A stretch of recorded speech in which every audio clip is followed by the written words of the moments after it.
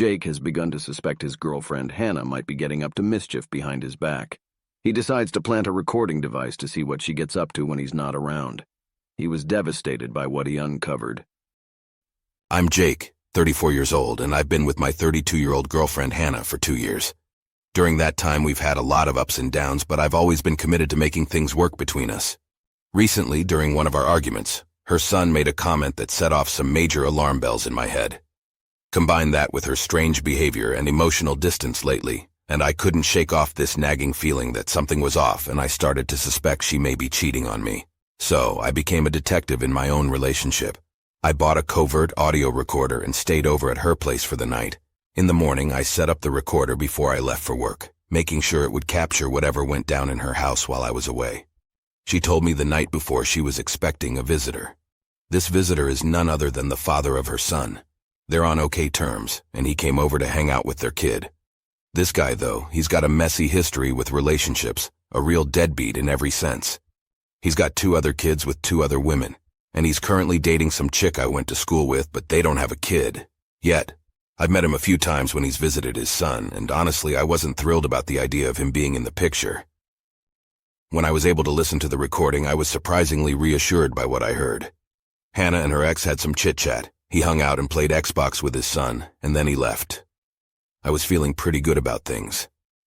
But that uneasy feeling wouldn't leave me alone, so I did the same thing on Friday morning before I left for work. Hannah didn't tell me she was expecting him again that day. Her son was staying at his grandmother's house while Hannah had some alone time to go shopping and do some stuff around the house without her kid around. At least that's what she had told me. Listening back to the recording was a punch to the gut. I heard Hannah let someone into the house, and then her voice, crying and asking the stranger why they're not calling her anymore, and if they were still with that other bitch. The voice that replied was her ex, the father of her son. Following their conversation were sounds that confirmed my worst fear. Hannah was cheating on me with her ex, and I could clearly hear them getting it on. Man, that hit hard. I've always tried to give this relationship more chances than I probably should have. I'm usually inclined to trust, especially after a false cheating accusation against me in a past relationship. But this time I had rock-solid evidence. So I decided to confront her. I asked to meet at a park near her place to talk about everything. Her voice on the phone already told me she knew something was up. I was a mess of emotions pacing around my apartment, rehearsing what I would say. I had so much to say to her, but I couldn't decide if I should. I wanted to tell her what I found out, but not how I uncovered it. I thought it might be a good idea to make up an excuse about a source, since that might be the only way to keep this secret from her.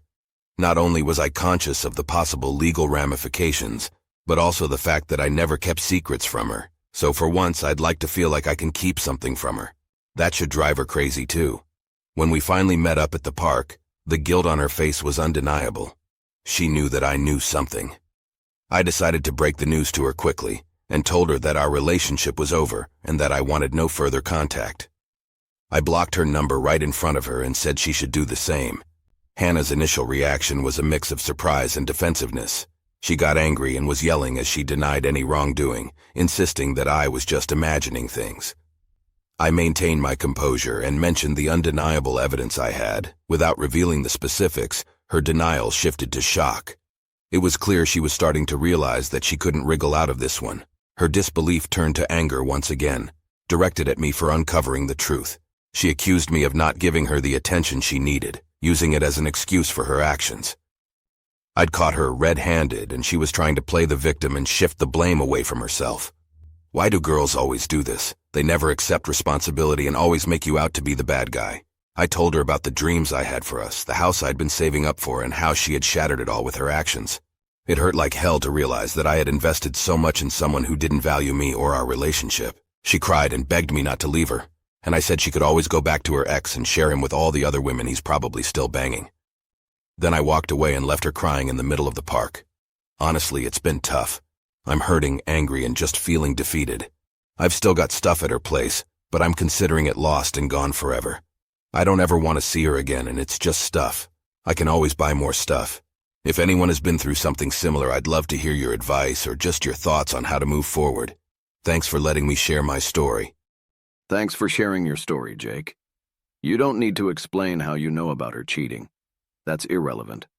The only thing that matters is that you are aware of her infidelity. You can choose not to tell her at all, or you can decide to make up a false source if you want. She doesn't have to believe the story for it to be true.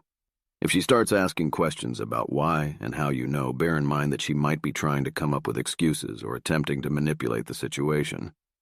Don't try to defend yourself or argue with her. She already knows she cheated, so there's no use in having this debate. When a cheater is shown undeniable proof, they usually attempt to protect themselves. That's why Hannah said I wasn't receiving what I needed, so I went looking elsewhere in order to take the edge off her guilt and put responsibility onto you for not meeting her needs. The best way to handle this type of attitude is to realize that although Hannah may be having issues with the relationship, there are so many healthier ways to address the issues. The truth is, cheating isn't typically a result of unmet needs. Instead, it's due to desire, opportunity and environment, lack of loyalty, low self-esteem, and the allure of something new. Coming to terms with these points can be tough, as acknowledging them means accepting you have little to no power over these elements. You were brave to make the decision that you did. The following weeks will be tough. Your mind will often try to trick you into believing that leaving her was a mistake. The only way to get through this is by staying occupied. Take up a new hobby, look for additional work, or make some friends. Fill your days. Whatever it takes, avoid contacting her. I'm certain things will eventually look better in a few months' time. Wishing you all the best. What do you guys think of Jake recording evidence of Hannah cheating without her knowledge? What would you have done in his situation? Leave your thoughts and comments below. Thanks for watching, and keep an eye out for my next video. Have a good day, and I'll see you in the next one. Bye.